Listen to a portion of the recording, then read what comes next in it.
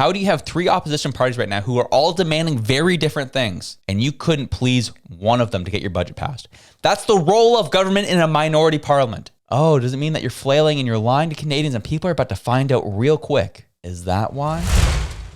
I'll tell you this. You are not alone. A lot of you wondering, are we going to get an election before Christmas? Are we going to get a Christmas election? Even our politicians are asking, are we going to be getting a Christmas election?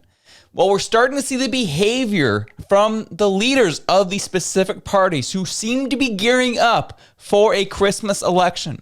We have Pierre Poilievre, who seems to be going into campaign mode. We saw him go to Windsor last weekend, do a lot of campaign level photo ops, trying to show that he's with the people who are losing their jobs from the auto manufacturing sector getting decimated, particularly in Windsor, but across southern Ontario. Then Pierre capitalizes on the fact that Carney told our young people they're going to have to sacrifice more. And he went down and got the group together from the University of Toronto Conservative Club and had an event in downtown Toronto, bringing all the young people out saying you do not have to sacrifice anymore.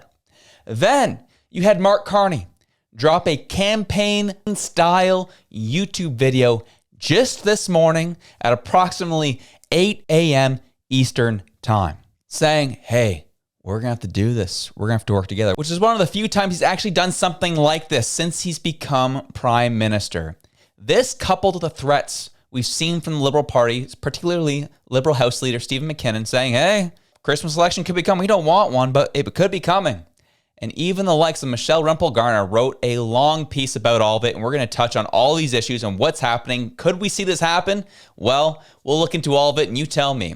Welcome to the LVA Podcast. I'm your host, Josh. If you're getting any value from today's episode, take the time to like, share, and subscribe. It helps us to grow. It helps us to get to new audiences and help people see that there is something different than what the mainstream media has to offer. And now, let's get into our first story, shall we? So this was all the talk of the town last night. Pierre Poilievre's youth rally in downtown Toronto, and it seemed, I'll be honest, to be a very vibrant atmosphere. Pierre always has some good energy when he's doing his rallies. However, this one, it just felt a little more punchy. It started off with young conservatives prepping and opening for Pierre Poilievre, and they were fired up, letting people know that this is not appropriate. We are not going to allow Mark Carney to sell our future down the drain. And it just kind of gave Pierre Poilievre a bit of a different vibe than he typically has. You can tell being around the younger people really gives him energy, even more than he already has. It was fascinating to watch. We'll watch a minute and a half here of kind of what the core message of this event was, what the core message of his speech was. And we'll kind of compare and contrast to what Mark Carney put out this morning. But here's Pierre Poilievre talking about youth not needing to sacrifice their futures for the sake of this Liberal Party agenda. You all heard Mark Carney gave this big, hyped-up speech. It was an address to the nation. He pulled these poor young people into a lecture hall. And boy, did he ever give them a sleepy lecture. It was very, very slow and very, very boring. It was almost like a gigantic tranquilizer. But you know, there was something different about this particular speech, and he's been making all these grand promises, but that was not the case in this speech. Gone were the grand promises, replaced with grim warnings. He said that things are going to get worse, and that change will take a very long time, after he had promised to move at unimaginable speeds. And then he let the truth out of the bag. He said young people are going to have to make more sacrifices. More sacrifices. Now, no more Mr. Carney, the young people in this room and across this country have already sacrificed enough. They have worked hard, they've done everything right, and they deserve a bright future of homes, jobs, and hope. As I said, it seemed to be an event that was full of energy, and, well, it got the people going. It got the students going. It got the youth going, particularly at this event, where this messaging very much works. And it has been fascinating to watch, hasn't it? Where it seems like the parties have literally flipped since even the days of Harper, or even how Justin Trudeau ran his campaign in 2015, I should say, where Liberals were appealing to the young people, and the Conservatives were appealing to their older demographics and the older demographic of their base. Now, you have the liberals who are now trying to appeal to the older demographic, the boomer generation, and you have the conservatives who are trying to appeal to the young people. And the conservatives are doing very well with appealing to young people, and the liberals have done a very good job of appealing to the boomer generation. And for the most part, both those parties kind of have each of those age demographics on lockdown. But as me and Reg talked last night, there is a middle-aged demographic as well that seems to be essentially serve as kind of almost that moderate generation, where they're not totally conservatives, but they're not totally liberal. They just want to be able to afford their lives. Their lives have been kind of ravaged in a lot of ways, and it takes a little bit of extra coaxing for them to move to one side or the other. And I'm talking about the age demographic from like 35, 36 up to late 40s. Because I've talked to a lot of these people who, are varying degrees of political stripes in these age demographics, and they truly are the ones that are up for grabs right now. And I think that's where a lot of, if any future election happens, there could be some moving ground for the Conservative Party in general. Because you think about the elder millennials who were the ones who were all on board back in the day for Justin Trudeau. And then they've seen 10 years of Justin Trudeau and they're just like, don't like this. These policies stink. But for some reason, their appetites have been so soured on the likes of Pierre Poilievre, and due to heavy campaigns against Pierre Poilievre, but as well as because of those campaigns, they just don't view Poilievre in a positive light. So they will just, again, for the vibes and based on their feelings, they'll vote for Mark Carney because it makes them feel better. And they just think, okay, I guess I'm getting the same type of policies of Mark Carney that I am with Pierre Poilievre. So they end up moving more to liberals. And that's why we're seeing such a dead heat right now between conservatives and liberals. It's really tight right now because some people are just like, yeah, dude, I can't get on board right now with the Liberal Party of Canada. So I'll vote for the Conservatives. And then there's other people on the other side who are like, I'm having a hard time getting on board with Poilievre and Conservatives, so I guess I'll just vote for Mark Carney. It's like, these are decisions that are happening. So it really is going to come down to policy. And this is why what Mark Carney's strategy has been to imitate the Conservative platform as best he can is actually working because of this tension that is happening with this middle ground of voters. We look at Mark Carney, who dropped this 2-minute video this morning. Unfortunately for this video, Liberal Party loves putting music over this stuff, so we can't share it. I'm not saying that they do that deliberately.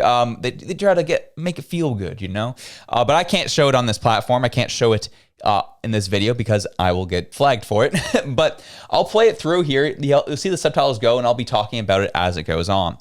But essentially with this video, Mark Carney really drills down on the idea that it's our country. This is our time. We need to build. There's projects we need to take on that we haven't taken on before. These are the things that we really need to do as a country. And it's, again, very similar promises that we've seen and have seen that he delivered during the election. And we haven't seen anything really happen since. And this is what I found really funny is that, again, this is a very campaign-style video, which lends me to believe, Stephen McKinnon, Liberal House Leader, that, well, an election could be coming. They seem to be gearing up for it. And right now, it is a very good thing. We have to think about it from the Liberal perspective, is that they are losing popularity more and more every day because they're not getting a deal with Trump. They are losing jobs, bleeding jobs in strategic sectors right now, especially in auto manufacturing, steel and aluminum, and in forestry at the moment. We're bleeding jobs by the day, and people are getting very irritated and frustrated by the inaction by this government. So right now, it would actually be a good time for the Liberals. If they want to secure a majority, now would be the time to do it. They may just trigger it. However, they are trying to make an impossible budget to pass so they can put the blame on the Conservative Party and the opposition parties. They will never call an election themselves because they don't want to be seen as the bad guys. So they will 100% try their best to instigate a vote of non-confidence from the opposition so they can blame it on the Conservatives, saying we're going to get an expensive election. It's the Conservatives' fault. That's how this is going to go.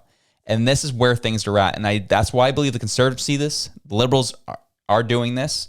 Sorry, the Conservatives see this, and the Liberals are doing it. And both sides right now are putting out campaign-style videos, doing campaign-style rallies. Pierre Poilievre seems to be doing campaign rallies right now. That's what this is really giving me the vibe of at the moment. And then you have Carney, who's dropping this, which he only drops videos like this every so often. And this one was stuff like this he usually didn't post except for when it's around an election. And I challenge you, I'm going to link this video down in the description. You go watch it yourself. And you look at what the strategy here is when they're posting this. Because really at the end of the day, it's a campaign style ad for sure. But it's also a Pierre Poilievre style video. It is very purposeful to seem like they are Pierre Poilievre. It's very purposeful to make it look like they are conservatives. It's very purposeful to try and almost as if you could swap out Mark Carney and put Pierre Poilievre in and you wouldn't know the difference. They are, again, doing the exact same thing they did back in April. They are essentially trying to imitate the conservatives, even though they don't have any intention of implementing the conservative ideas. It seems like they are gearing up. And what will happen? Right now, the liberals are teetering. They're teetering, but they have just enough support that they could instigate and manage to grab a majority government. Because we have Pierre Poilievre, who keeps doing stuff like this, which is causing the Liberal Party to teeter. Mark Carney's broken promise, he says, that we'd get a deal by July 21st, just cost another 400 Canadians their jobs. So what excuses will our master negotiator give these families next? And this is in light of a CTV News article that dropped that CN Rail lays off some 400 managers as tariffs take a bite out of shipping volumes. The more stories like this break, the harder it's going to be on the Liberals, and they know it. And they're going to do their best to not trigger an election themselves, but try to put the opposition parties in such an impossible place that they're the ones who vote non-confidence on this budget. I said it with Reg last night. The NDP, the Bloc, and the Conservatives all have very different demands. The NDP don't want austerity. They don't want cuts. They want to keep programs going. You have the Bloc Québécois who want to increase health transfers to their province. Then you have the Conservatives who want to cap spending of this budget at $42 billion. Three very different demands, but somehow, some way, the Liberals haven't been able to please any of the parties to get anyone to vote with them. That seems odd, doesn't it? That's what we're seeing. Then that's the vibe that we're getting. Stephen McKinnon said it himself in the House. No one's siding with us. No one's working with us. All three of these parties have very different demands, and you couldn't please one of them. You couldn't please one of them to get them to vote with your budget. It's on you to try and get the opposition parties on your side, and you couldn't get one of them so far, from what you're saying, what you're leading us to believe, to side with your budget. That tells me you are purposely trying to get an election triggered. That's what that tells me. That's what that behavior tells me.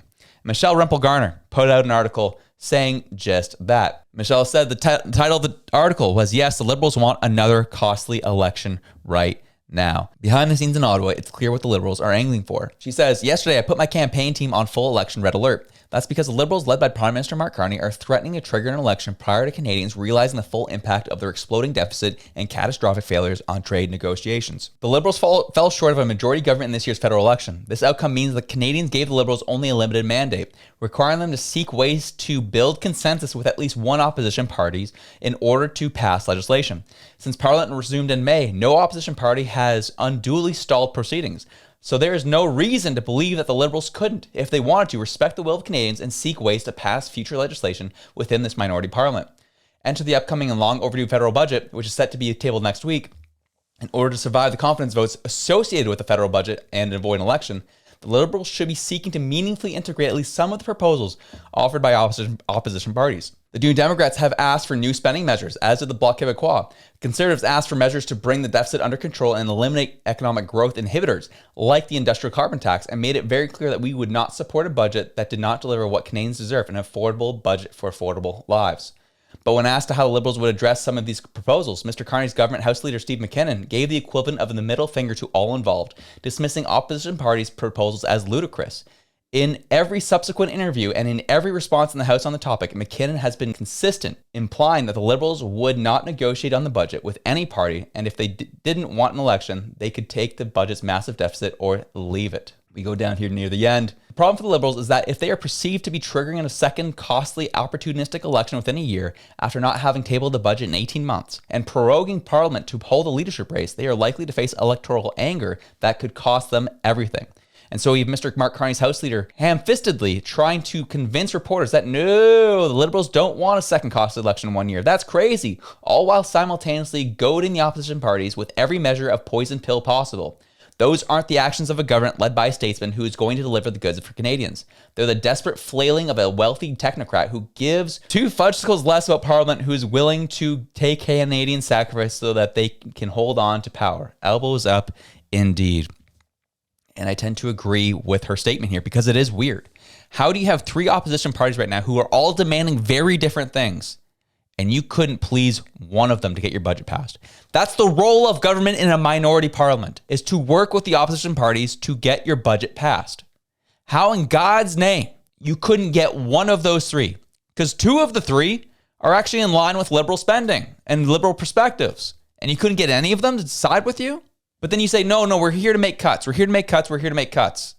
So that means you would be on board with what the Conservatives want. No, don't want that. Oh, does it mean that you're flailing and you're lying to Canadians and people are about to find out real quick of what is currently going on? Is that why you're going to force the opposition parties to not pass your budget so you can look like the heroes yet again and lie to Canadians one more time? Well, anyways, enjoy your day. I'll see you this afternoon. Have yourselves a good one. I'm out.